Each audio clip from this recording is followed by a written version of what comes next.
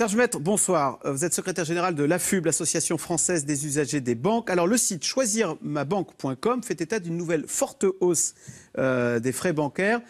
Alors en moyenne, si on prend le chiffre quand même de l'UFC Que Choisir, on nous dit que c'est plus 2,2 ou 2,3% par an. C'est pas, enfin, sur la dernière année, c'est pas énorme. On a comparé, nous, c'est 2,3 de prime abord, mais le chiffre à un dixième de point, ce n'est pas important. Ce qui est, on se dira, c'est pas grand-chose. Attendez. Le gâteau France, il augmente de moins de 1%. La richesse nationale augmente de moins de 1%. L'inflation était quasiment à zéro. Bon, voilà de quoi se dire, mais les banquiers en prennent à leur aise. Ils sont en train de pomper de la substance économique dans notre porte-monnaie, alors qu'on n'en a pas qui augmente de manière comparative. Alors, c'est vrai que ça augmente chaque année assez fortement, enfin plus que l'inflation depuis plusieurs années. On va écouter d'abord quelques réactions de clients mécontents de toutes ces commissions qui augmentent. C'est du racket. Qu'est-ce que vous avez fait, vous, par exemple? Donc j'ai changé de banque et je suis allé à Boursorama où les frais sont, où il n'y a pas de frais de banque. Et la carte bancaire est gratuite. Par mois, sur les frais de banque, c'est vrai que ça revient un peu cher, oui. C'est de plus en plus cher depuis que moi je suis à ma banque. J'ai multiplié, je pense, mes frais bancaires par 2 ou 3. Voilà. Entre la carte bancaire, les frais... Alors, le premier monsieur qu'on a vu, il disait que sur les banques en ligne, c'était gratuit, la carte bancaire. Parce que ça devient très cher. Une carte bancaire, c'est 41 € de cotisation en moyenne. Ça a augmenté 10% en 4 ans. Bon, ce qu'on constate, c'est souvent les produits de bas de gamme qui augmentent le plus dans les banques traditionnelles. Effectivement, la carte bancaire à débit immédiat, tiens, dame, elle augmente plus que la carte bancaire de luxe. Vous avez les frais de tenue de compte qui concernent quand même près de 30 millions de comptes bancaires. Alors, les frais de tenue de compte, 16 € en moyenne, plus 25% en 4 ans. Rappelez-nous ce que sont les frais de tenue de compte, parce que ça, c'est incroyable. C'est on paye pour être client. Est-ce que je dis vrai si je dis c'est comme un supermarché qui vous ferait payer le droit d'entrer dans le magasin? Ou qui ne vous rendrait pas la monnaie de votre caddie, par exemple, hein, pour la garantie. Voilà. Ça serait encore une idée à leur donner. Concrètement, les frais de tenue de compte, vous êtes obligé, de par la loi, d'avoir un compte bancaire en France. On est le seul pays au monde.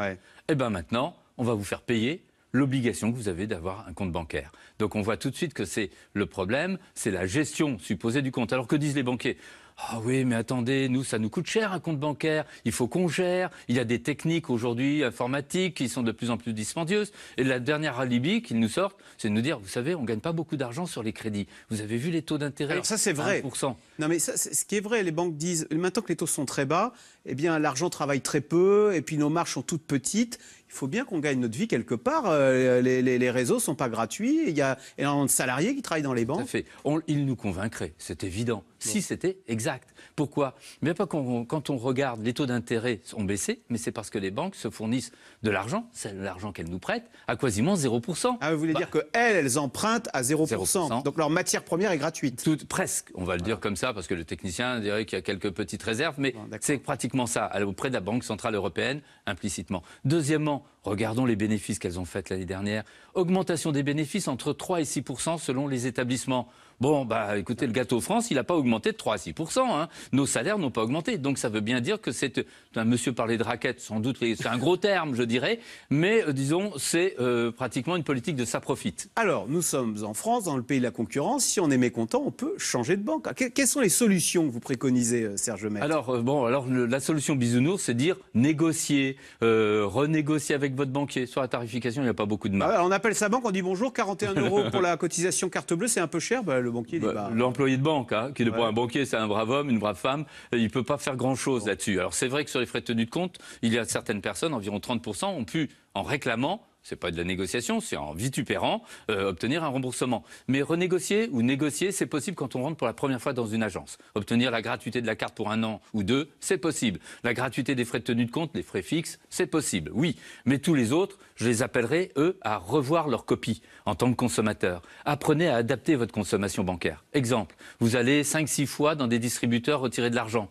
Et ce n'est pas des distributeurs de votre banque. Ah oui. Et on a le droit à 5 retraits par mois dans un réseau autre que le sien, sinon on paye. Vous êtes optimiste, ça a baissé. 5,5 €, c'était il y a 4-5 ans. Aujourd'hui, l'année dernière, c'était 4 et beaucoup de banques font 3 retraits. Au-delà, il faut payer. Et demain ou après-demain, ça va être encore pire. Vous voyez, c'est d'une tarification clandestine, là. On ne la voit pas direct. Hein, c'est toujours le même prix, sauf que la base la base est élargie. Deuxièmement, vous payez des commissions d'intervention. Demandez une augmentation de votre découvert. La banque vous l'accordera, mais il faut la demander. Ou encore, vous allez faire un virement occasionnel. vous allez payer 4 euros dans certaines banques. Il faut savoir qu'en passant par Internet, elles font tout gratuit. Donc, adaptez en tant que consommateur votre consommation pour que ça vous coûte le moins cher. Alors, l'arme ultime qui est de dire, si jamais vous ne me baissez pas les tarifs, je change de banque. Ça marche? Est-ce que c'est... Alors, on ne le refait pas parce que c'est compliqué de changer de banque. Il n'y a pas que ça. Il y a déjà plus de 10 millions de personnes qui ne peuvent pas changer de banque. C'est tous ceux qui sont prisonniers dans leur banque parce qu'ils ont un crédit immobilier. Il y a 9 millions de crédits immobiliers. C'est tous ceux qui ont un PEA ou une assurance vie auquel on va dire « Ah, vous ne pouvez pas clôturer, vous ne pouvez pas partir ». Mais c'est vrai. Si on a un crédit ou une assurance vie, on est prisonnier de sa banque. Pour le crédit, c'est marqué une clause de domiciliation des échéances. C'est-à-dire des échéances qu'on paye, quand ce n'est pas une clause de domiciliation des salaires. Et c'est là qu'on attend Michel Sapin. C'est là parce qu'il y a une loi prochaine, il y a une loi, la loi Macron, qui rentre en février. Voilà, et qui devrait nous faciliter ce que les banquiers appellent la mobilité bancaire, pouvoir changer de banque. Et quand on regarde, il y a déjà plus de 10 millions de personnes qui sont exclues de cette mobilité bancaire. Et là, ça ne va pas du tout. Et le ministre fait comme les 3 singes de la sagesse, j'entends rien, je vois rien, et je dis rien. Donc là, ça ne va pas. Donc il va falloir accéder, permettre à ces personnes vraiment de changer de banque, car ce sont des actifs économiques qui ont des sous. Donc attendez, donc ils sont importants. Mais c'est vrai que changer de banque, par exemple vers la banque en ligne, ça peut être une tentation.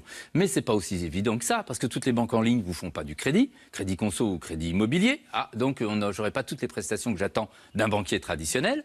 Puis deuxièmement, toutes ne vous accueillent pas les bras ouverts. Pourquoi ? On va vous demander de dépenser un minimum avec votre carte bancaire pour certains. D'autres vont vous demander de déposer une somme d'argent sous forme d'épargne. Donc vous voyez, le marché n'est pas aussi simple que ce qu'il n'y a pas vraiment une alternative.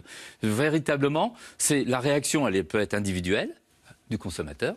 Il va contester la tarification car trop souvent les banques violent la loi, on le sait, et donc il y a des milliers de gens qui obtiennent réparation devant des tribunaux, mais il faut aller devant les tribunaux, c'est ça le problème, mais surtout c'est les pouvoirs publics. Il faut de la concurrence. Et là actuellement, quand on nous parle de concurrence, on dit il faut permettre aux consommateurs de choisir, c'est pas cette concurrence. Il faut stimuler la concurrence, la rivalité entre les établissements. Qu'il y en ait un qui nous dise un jour, allez chiche, l'une des 3 vieilles qui disent venez chez moi, je suis moins cher que tous les autres. Comme on a eu dans la grande distribution. On n'en est pas là. Vous avez une petite entente là entre elles disons que le ministre va vous dire, Michel Sapin va vous dire, mais moi depuis le début de l'année, il y a un comparateur des tarifs. Il paraît que LCL, face à la bronca des clients qui étaient furieux contre les frais de tenue de compte, a dû renoncer à généraliser les frais de tenue de compte. Il est évident qu'il y a 2 établissements qui ont reporté apparemment, quand on a lancé la grande révolte, la riposte sur les frais de tenue de compte, 2 établissements qui avaient annoncé au 1er janvier passé, et qui n'ont pas appliqué les frais de tenue de compte. Mais il y en a un qui est très national et qui, lui, n'a pas bougé et droit dans ses bottes compte. Donc c'est pour ça qu'on est en train d'organiser une action collective à ce sujet. Un mot, vous disiez que nos banques gagnent de l'argent. En Allemagne, il y a la Deutsche Bank dont on dit qu'elle pourrait faire faillite. Est-ce que, 1, vous y croyez? Et 2, est-ce qu'il ne faut pas redouter un effet domino comme en 2008 avec Lehman Brothers? Il y a sans aucun doute un effet, je dirais, de grande fragilité pour les banques européennes. C'est tout simple. Les banques européennes, quand elles vous prêtent 100, elles ont 20 en caisse. Les banques américaines, quand elles prêtent 100, elles ont 110, 120 en caisse. Donc la fragilité est structurelle chez nous, parce qu'ils n'ont pas assez de fonds propres, et notamment les banques françaises. Et le problème, c'est que ce que l'on peut craindre, c'est que le consommateur, les usagers, les clients viennent à trinquer, puisqu'il y a quand même des dispositions légales. Ah oui, la Commission européenne dit en cas de difficulté, on prend l'argent des clients, pas question de prendre l'argent du contribuable. Oui, et dans la loi Sapin 2, on fait la même chose pour les assurances vie. Puisque pour les assurances vie, si ça tourne mal, on bloque les retraits. On bloquera les retraits, les rachats, bref, on ne pourra plus toucher à notre argent. Et là, on peut dire que finalement, c'est quand même le consommateur, l'usager, le citoyen qui risque de trinquer, alors qu'on dise que les raisons, c'est pour éviter que le contribuable paye. Eh bien, on va suivre ça. Merci beaucoup, Serge Mette, donc secrétaire général de l'AFUB, l'Association française des usagers de banque. Merci. Restez avec nous tout de suite. Caroline Roux, c'est dans l'air. Nouvelle révélation sur les attentats du 13 novembre. Apparemment, 2 commandos s'apprêtaient à passer à l'action, 2 commandos en plus.